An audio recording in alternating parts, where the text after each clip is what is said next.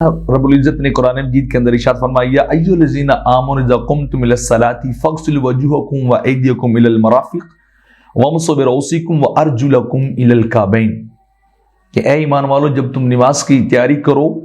تو پھر اپنے چہروں کو اور اپنے ہاتھوں کو کونیوں سمیت دھو لو، اپنے سروں کا مسح کرو اور اپنے پاؤں کو جو ہے ٹخنوں سمیت دھو لو۔ آقا علیہ الصلوۃ والسلام نے ارشاد فرمایا کہ قیامت کے دن میری امت اس حالت میں بلائی جائے گی کہ ان کے منہ، ہاتھ، پاؤں اور آثار وضو جو ہے وہ چمکتے ہوں گے،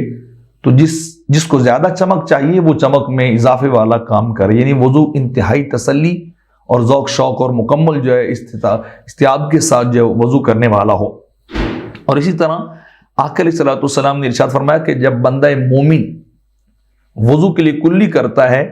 تو کلی کرنے سے اس کے منہ کے گناہ جو ہے وہ گر جاتے ہیں، ختم ہو جاتے ہیں۔ جب ناک میں پانی ڈالتا ہے اور صاف کرتا ہے تو ناک کے گناہ جو ہے وہ بھی اس کے جو ہے وہ نکل جاتے ہیں۔ اور فرمایا جب وہ منہ دھوتا ہے تو اس کے چہرے کے گناہ یہاں تک کہ پلکوں کے نیچے چھپے ہوئے گناہ بھی نکل جاتے ہیں، اور جب ہاتھ دھوتا ہے تو ہاتھ کے گناہ بھی جو ہے وہ نکل جاتے ہیں، یہاں تک کہ ہاتھ کے ناخنوں سے نکلے، سر کا مسح کیا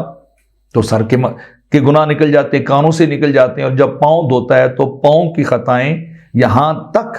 کہ وہ ناخنوں سے جو ہے انسان کے گناہ جو ہے وہ نکل جاتے ہیں۔ یعنی جیسے جیسے انسان وضو کرتا ہے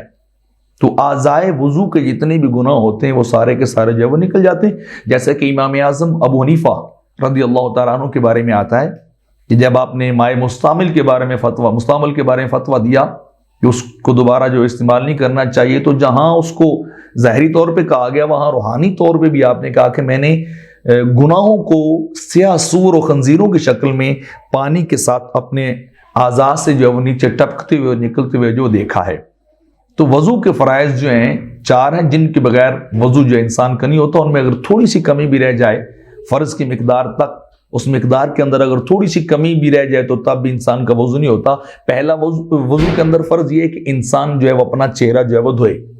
تو چہرہ جو ہے وہ یہاں سر کے بالوں سے لے کر جو ہے وہ ٹھوڑی تک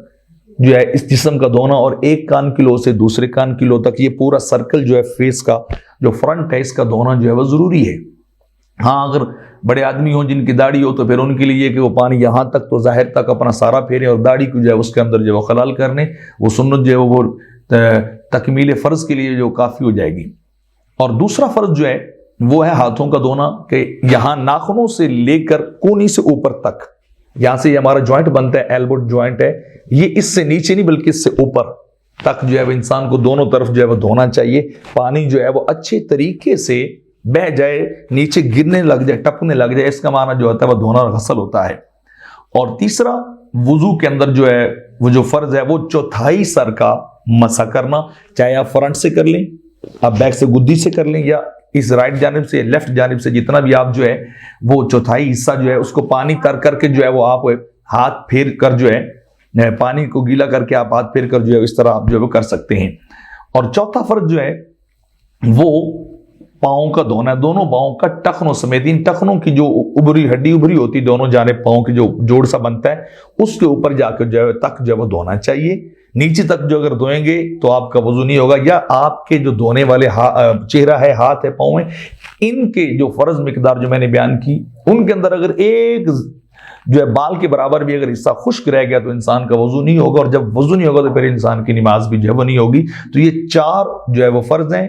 3 کا تعلق دھونے کے ساتھ اور 1 کا جو ہے وہ مسح کرنے کے ساتھ ہے۔